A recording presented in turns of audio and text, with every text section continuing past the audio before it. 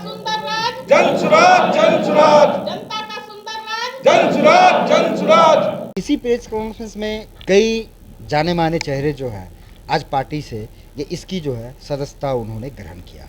इसी कड़ी में बांका से आज से नहीं 100 वर्षों का रिश्ता रखने वाला परिवार जो यहाँ पे बांका में जिन्होंने राजनीति पारी की शुरुआत की, उसी वंश से, उसी बट वृक्ष से एक तना आज जनस्वराज का जो है दामन थामा। सर्वप्रथम चंदन जी, जनस्वराज में जुड़ने के लिए बहुत बहुत शुभकामनाएं आपको। क्या लगता है प्रताप सिंह जी की राजनीतिक जो यहाँ पे हैं राजनीति को उनको आप कितना आगे ले जा सकते हैं, कितनी उम्मीदें लगती है बांका की जनता से? सबसे पहले तो आपका बहुत बहुत धन्यवाद। जनसुराज आज के बिहार की मांग है, युवाओं की एक ललकार है। जो 40 साल से हम लोग ये दुर्गति में जी रहे हैं, वो हमारी नहीं, एक हर एक बिहार वासियों के जहन में ये है। चाहे वो किसी जाति बिरादरी धर्म से आते हैं, सब लोग कहीं ना कहीं आज परेशान हैं। और परेशान सिर्फ इसी राजनीतिक व्यवस्था से है।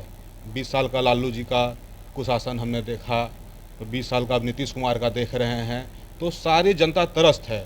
जनसुराज बिहार के जनमानस में एक विकल्प के रूप में उभर रहा है, ऐसा मेरा मानना है।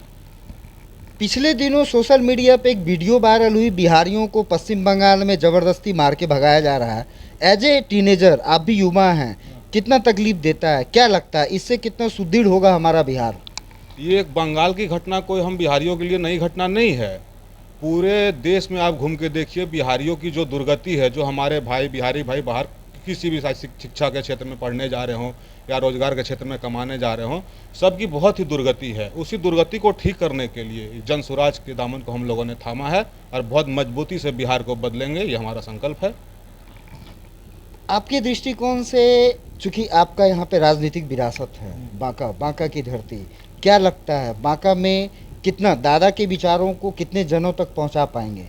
चूँकि कैबिनेट मिनिस्टर जैसा कि हम लोग जानते हैं, यहाँ के स्वर्गीय दादा दिग्विजय सिंह जी पूर्व केंद्रीय मंत्री रह चुके, उनकी शिक्षा दीक्षा, उनकी जो चीज़ें हैं, उन चीज़ों को हम शब्दों में बयान नहीं करना चाहते हैं।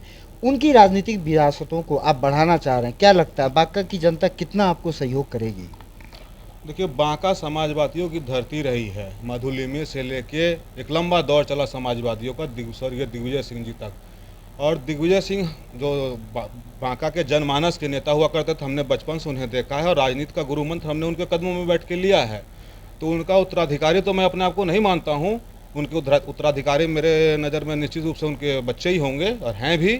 मैं उनके विचारों को मानता हूँ, उनके विचारों को लेकर बांका के जनमानस के पास जाऊँगा और यही मेरा उद्देश्य है। क्या लगता है बांका में रेलवे का जो काम दादा का अधूरा अधूरा बचा हुआ था, सुल्तानगंज रेलवे परियोजना, अगर आप आते हैं पार्टी से, अगर बांका की जनता, अगर आप चुनाव लड़ते जीतते, तो जो दादा का अधूरा सपना है वो पूरा हो पाएगा? अब तो एक रेल परियोजना ही नहीं, बांका में ऐसे अनगिनत परियोजनाएं हैं जिसे फिर से पुनः जीवित करने की आवश्यकता है। चाहे वो बौंसी का अभिजीत प्लांट हो, हमारा FM रेडियो स्टेशन हो, रेलवे का विस्तारीकरण हो, भितिया सुल्तानगंज वाला रेलखंड का सब इलाका हो। बहुत ऐसे काम हैं जो छूट के 10 साल से बांका एक जगह पे रुका हुआ है। दादा के जाने के बाद जो भी नेताएं, उन्होंने बांका को ठगने का काम किया है। हम लोग एक मुहिम चला रहे हैं, बांका के सारे लोगों को जोड़ के इस व्यवस्था को बदलेंगे, यही हमारा संकल्प है और हमें विश्वास है बांका बदलेगा। बांका के साथ साथ पूरा बिहार बदलेगा।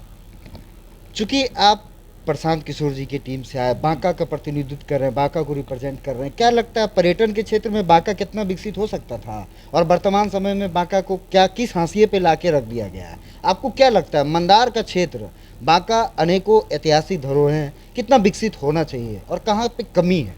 देखिए, बांका हर एक दृष्टिकोण से समृद्ध है। चाहे वो पर्यटन के क्षेत्र में आप देख लें, ये क्या कहते हैं धार्मिक स्थल के क्षेत्र में देख ले, यहाँ आप जो सिल्क आप देखते, पूरे विश्व में लोग सिल्क पहनते हैं, उसका ज़्यादातर काम सिल्क का बांका में होता है, लेकिन उसका श्रेय भागलपुर ले जाता है। तो हम लोग ऐसा प्रयास करेंगे कि जो पर्यटन, जो धार्मिक क्षेत्र, सबको जोड़ के, जो यहाँ के बुनकरों की एक अच्छी व्यवस्था बना के बांका को हम लोग यहीं की व्यवस्था से बहुत आगे ले जा सकते हैं। अगर मन में इच्छा संकल्प हो, दृढ़ शक्ति हो, तो बांका बहुत आगे निश्चित रूप से जा सकता है। ऐसा ऊर्जा बांका की धरती में ही है, कुछ बाहर से प्रयास करने की आवश्यकता नहीं है। बांका के लोगों के पास आप जाइए, समझिए, तो आपको समझ में आएगा बांका कितना ऊर्जावान है। बस यहाँ की दुर्गति यहाँ के नेताओं की देन है। चाहे वो बालू का ठेकेदारी हो, हर एक बालू की ठेकेदारी से याद आया, पिछले दिनों ईएनएस मीडिया के माध्यम से अवैध खनन को लेकर आपने काफ़ी चीज़ों को देखा। संजय चौहान जी जैसे शिक्षाविद जो कि एक स्कूल संचालन करते हैं, वैसे प्रतिष्ठित समाज के बुद्धिजीवी वर्ग को दलाल कह देना, यहाँ के एसडीपीओ विपिन बिहारी उन्हें दलाल करके संबोधित करते हैं, इन चीज़ों को आप कैसे देखते हैं? कितना बिहार बदला है ये सुशासन बाबू के सरकार की, ये किस प्रकार की अफसरशाही है? ये अफसरशाही नहीं, आपको समझना पड़ेगा बिहार के लोगों को। बालू का जो खनन हो रहा है वो निश्चित रूप से बिहार सरकार कर रही है, तो कोई भी व्यक्ति सरकार से नहीं लड़ सकता है। संजय बाबू ने प्रयास किया, एक बहुत सही प्रयास किया, परंतु एक व्यक्ति का देन ये नहीं है। एक व्यक्ति से बालू खनन और बालू की माफियागिरी, जो हम लोग बालू माफिया कहते हैं, वो एक दिन में नहीं, इसके पीछे निश्चित रूप से सरकार चला रही है। बालू और शराब बिहार सरकार बेच रही है, ये ऐसा मेरा मानना है। तो एक जब तक से सरकार हमारे पक्ष की नहीं रहेगी, हमारे हमारे विचार की सरकार जब तक से नहीं आएगी, तो इस तरह के जो माफियागिरी चल रहा है, जो अवैध कारोबार बिहार में चल रहा है, उसे लगाम लगाना मुश्किल है। क्या लगता है, पहले के चुनाव में दादा दिग्विजय सिंह यहाँ से चैलेंज ठोका करते थे, दिल्ली की गद्दी हिल जाती थी, चंदन सिंह वो रुतबा, वो कुवत आने वाले समय में लाएगा? ये तो बांका के लोग तय करेंगे, हम तो अपना प्रयास ही कर सकते हैं। कहते हैं ना, राजनीतिक विरासत जो होती है उसको आगे बढ़ाना अपने विचारों से, अपने व्यवहारों से, अपने सोच से, अपने विजन से। बांका की जो लोकसभा सीटें हुआ करती थी, आज हमारा सौभाग्य है क्योंकि उनके परिवार के लोग हैं, यहाँ पे सत्ता परिवर्तन होता था, दिल्ली की गद्दी हिल जाती थी।